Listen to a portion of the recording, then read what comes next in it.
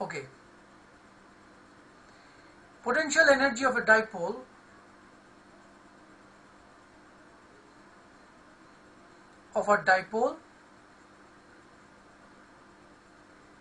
in an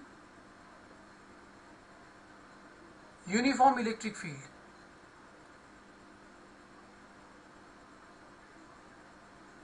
In an uniform electric field. Potential energy of a dipole in uniform electric field.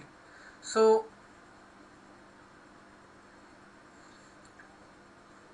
if I take, so let us consider a dipole of dipole moment Q2A placed in an uniform electric field, which I am showing you here. This is the dipole which I place here. So this is plus, this is minus. Definitely it is going to experience a force which is QE, and this is also going to experience a force minus QE, right? So the dipole will try to rotate. If this is the direction of electric field, the dipole will try to spin in which direction? We know torque is Pe sin theta, which I have taught you earlier, or torque is P cross E. Have I done this expression with you in last chapter? Torque? Yes, sir. Okay. So to find the direction of P, to find the direction of torque, you see, so torque tau is dipole moment P is always directed from negative charge to positive charge. So if I align my right hand, as it is a cross product, so if I use this concept here, electric field, this is my P vector and this is my electric field vector. So if I align my right hand, this is P, this is E. If I align my right hand with the P and fold it towards E, you will see the torque is directed into the board. Into the board is denoted by cross. So the torque in this case is into the board. Into the board. And how are you folding? It is clockwise direction. So this dipole will try to spin in a clockwise direction like this. Spin in a clockwise direction. Okay? Now before I proceed again, I will show you one more diagram here. This is something which is different. Imagine this is a box which is fitted with a dumbbell shaped handle, and this handle is fitted with a spring. Tell me one thing now. If you force it, if you give a force this side, what will happen? The dumbbell will try to, you will be forcing it to spinning in this way. Let's say you are twisting it. As you take 1 turn, 2 turn, 3 turn, what will happen? The spring will also get what? Twisted. As the spring get twisted, when you release the force, what will happen? It will take some spin and come back or not to equilibrium. Am I right or not, everyone? Yes, sir. Did you get the situation? That means you have to. So when you are spinning it, when you are rotating the handle against the spring, you are doing some work done or not? You are performing some work or not? As the work you perform, the potential energy of this system is increasing. How can you say potential energy of the system is increasing? Because when you release this force, the spindle automatically spins for certain revolution and then come to rest. Right or not? So what you have done? You have increased the potential energy of the spring and handle system. Do you agree with me? Do you agree? Do you understand this concept? Is it or not? Yes, sir. Now the same thing I can apply in case of dipole. The torque is in clockwise direction. So if I give a force in the anti-clockwise direction, it will be very difficult for me to rotate it, right or not? And I'll have to perform some work to rotate the dipole against the direction of the electric field. And guess what? As soon as I release this force, the dipole will going to now start again spinning in clockwise direction. More work have you done, more number of revolutions it will do. Is it or not? That means the work which you are doing is getting stored as the potential energy of the dipole. Correct? Understand? So let's see.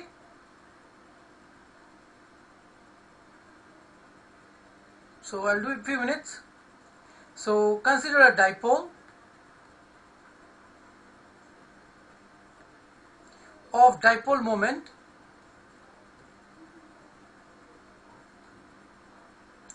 P is placed in an uniform electric field.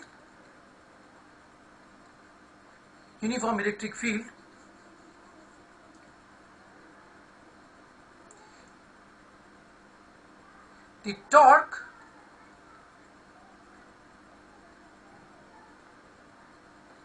experienced by the dipole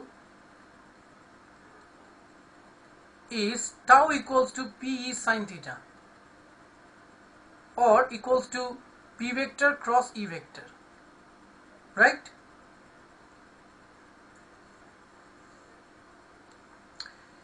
If a work is done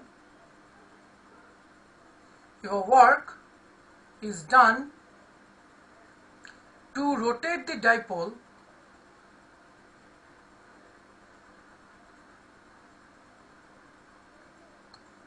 in a direction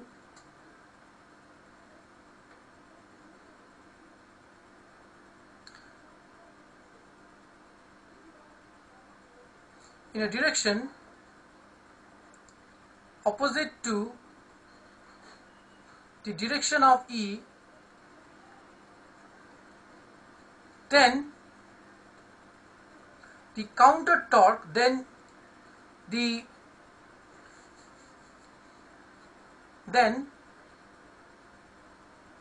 dW will be tau d theta. That is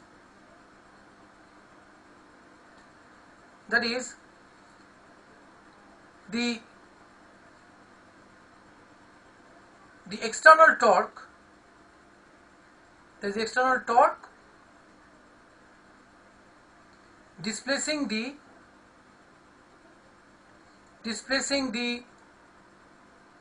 dipole by a small angle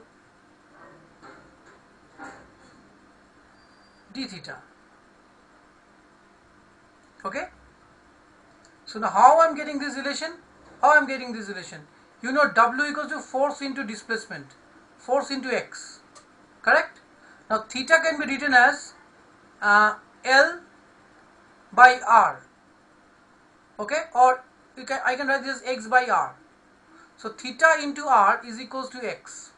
So W would be equals to F into R, Fr into theta. So F into R torque is R cross F, or Rf sin theta. So you can see Fr is present. So I can write this as tau theta. This is how the relation is formed. So tau d theta. So therefore dW would be equals to Pe sin theta d theta. Okay? So then total work done, but wait a minute. This is what kind of torque? I'll come to that. So total work done to rotate the dipole from theta 1 to theta 2. How can I write? So W would be equals to integration of theta 1 to theta 2 Pe sin theta d theta. So integration of sin theta is minus cos theta. So this one gives me everything outside minus cos theta theta 1 to theta 2. So PE minus cos theta 2 plus cos theta 1, or PE equal to cos of theta 1 minus cos of theta 2. Okay, so this is it. This is the work done. This work done is stored as the potential energy of the dipole. This work done gets stored as the potential energy of the dipole in the potential energy of the dipole. That is, U equals to PE cos of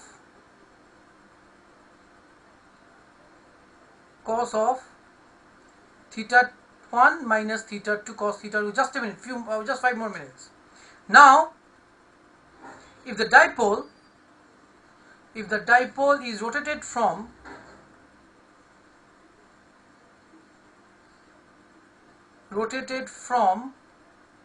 theta 1 equal to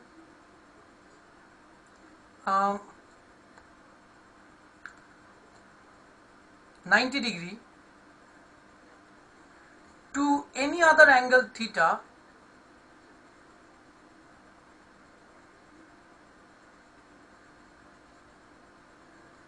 that means if this is the electric field, I'm just showing you by the arrow. If this is the one, you are initially rotating it from 90 degree to any other angle. This is theta. Then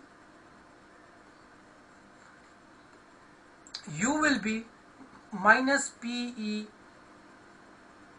cos theta, or we can write this as minus P vector dot E vector. This is the potential energy of the dipole in an electric field. Okay, clear? Yeah.